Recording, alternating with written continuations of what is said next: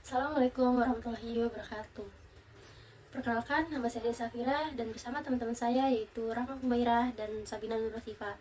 Pada kesempatan kali ini, perkenankan kami untuk memulai presentasi dengan menyampaikan judul penelitian kami yaitu Dinamika Kesehatan Keuangan PT Intermedia Capital Tbk periode 2014 sampai 2023 berdasarkan analisis rasio profitabilitas, solvabilitas, dan likuiditas.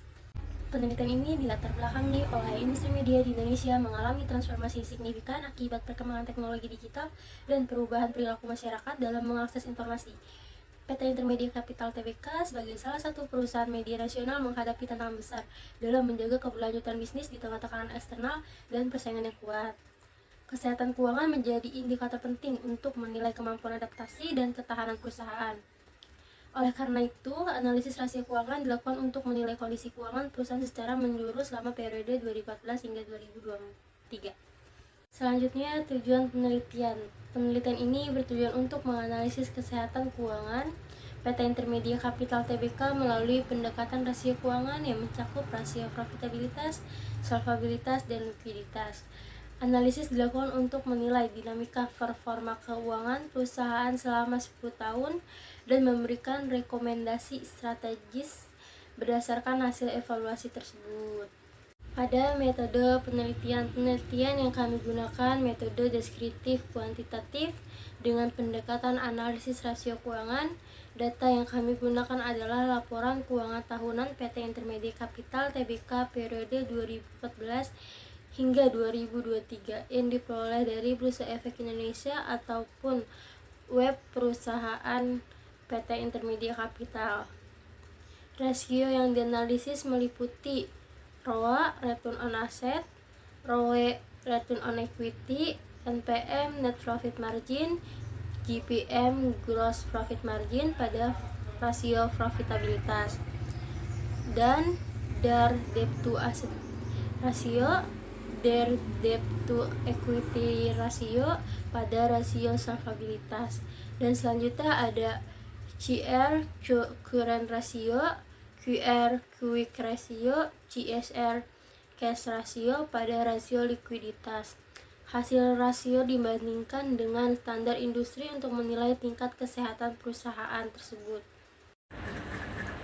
Perkenalkan, nama saya Sabina Nurasifa. Di sini saya akan menjelaskan hasil analisis profitabilitas, yang dimana kinerja profitabilitas PT Intermedia Capital mengalami fluktuasi yang signifikan. ROA dan ROE yang sempat tinggi pada tahun 2016 mengalami penurunan tajam bahkan menjadi negatif di tahun 2023. Hal ini mencerminkan penurunan efektivitas dalam penggunaan aset dan ekuitas. Net profit margin dan gross profit margin juga menunjukkan tren penurunan dengan NPM mencapai min 123,4% di tahun 2023. Kondisi ini menandakan adanya tekanan besar terhadap pendapatan dan peningkatan biaya yang tidak terkendali.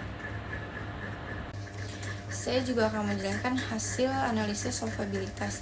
Rasio debit to asset atau DAR dan debit to equity atau DER menunjukkan peningkatan tajam dari tahun ke tahun. DAR dari 25,1% pada tahun 2014 menjadi 75,7% pada tahun 2023. Sementara DER melonjak dari 33,5% menjadi 310,7%. Lalu kondisi ini menunjukkan peningkatan ketergantungan terhadap utang dan struktur modal yang semakin tidak seimbang sehingga meningkatkan risiko keuangan dan potensi beban bunga di masa depan. Dan yang terakhir, saya akan menjelaskan hasil analisis likuiditas.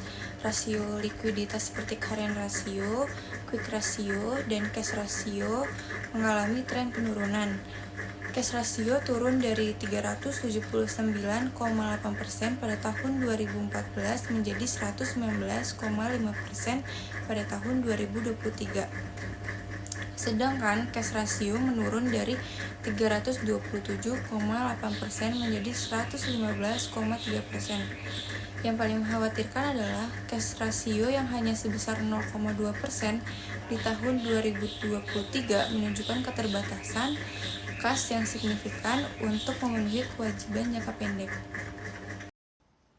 Berikut adalah tabel hasil analisis dari profitabilitas dan solvabilitas. Dan berikut adalah tabel hasil analisis likuiditas.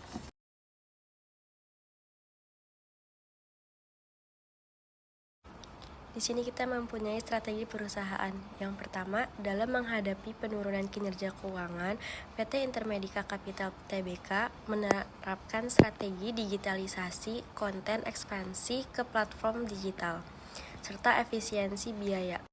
Yang kedua, perusahaan juga melakukan diversifikasi produk media dan menjalin kemitraan strategis untuk meningkatkan daya saing serta memperluas jangkauan pasar. Kesimpulan pada materi ini adalah kesehatan keuangan PT Intermedia Capital Tbk mengalami penurunan signifikan sejak tahun 2018 yang ditunjukkan oleh tren negatif pada rasio profitabilitas, solvabilitas, dan likuiditas. Penurunan ini mencerminkan melemahnya efisiensi operasional, meningkatnya beban hutang, serta keterbatasan dalam kemampuan perusahaan memenuhi kewajiban jangka pendek. Kondisi tersebut menandakan perlunya evaluasi menyeluruh terhadap strategi keuangan dan operasional perusahaan, serta penerapan langkah-langkah pemulihan yang terarah guna memperbaiki kinerja keuangan secara berkelanjutan dalam jangka panjang.